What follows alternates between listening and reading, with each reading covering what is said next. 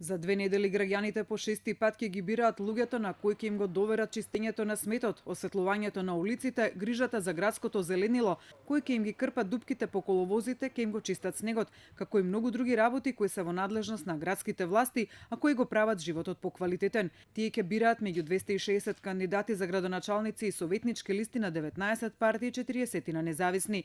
Ако се погледнат резултатите од првите локални избори во 1996 година, па се до последните во 2013-та, може да се забележи речиси неизменично менување на двете најголеми партии од македонскиот политички блок на ниво на локална власт.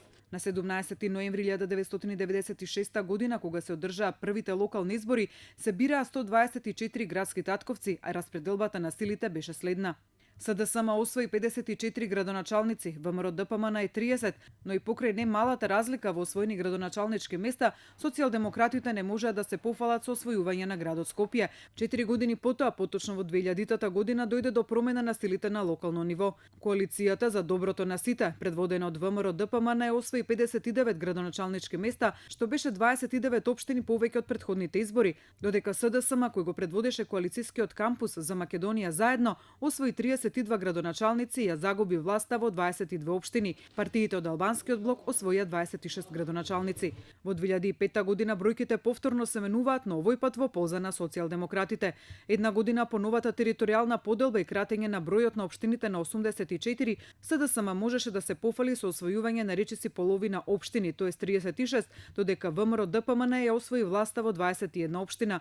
Во 2005 година за прв пат за локална власт се бореше ДУИ, која го презеде приматот во албанскиот политички блок и освои 15 градоначалнички места. Истата година беа избрани дури 7 независни кандидати за градоначалник.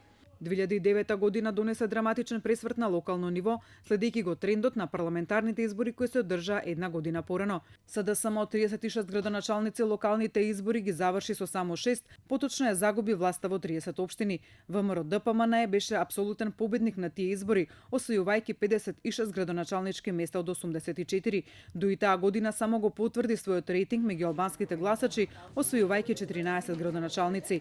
Локалните избори во 2013-та не донесоа големи промени на локалната мапа, цементирајќи ги до тогашните позиции на партиите. ВМРО ДПМН освои 55 општини, додека СДСМ ја загуби власта во 2, споредено со 2009 и изборите во 2013-та ги заврши со 4 градоначалнички места. ДУИ ја задржа константата од 14 градоначалници. Она пак што не е константа на локалните избори во земјава е ниската застапеност на жените, иако изборниот законник од 2006 предвидува секое трето место на советничките листи да биде резервирано за жена, не постои позитивна дискриминација во делот на кандидатите за градоначалник. Новите избори од вкупно 260 кандидати за градоначалник само 10 се жени, од кои само 3 во скопските општини. Во 2013-та бројот на жени кандидати беше значително поголем, 32, но само 4 успеа да застанат на чело на општина. Во 2009 година од 13 жени кандидати за градоначалник не беше избрана ниту една, што беше чекор назад споредено со локалните избори од 2000 и 2005 година, кога 3 жени беа избрани за градоначалници.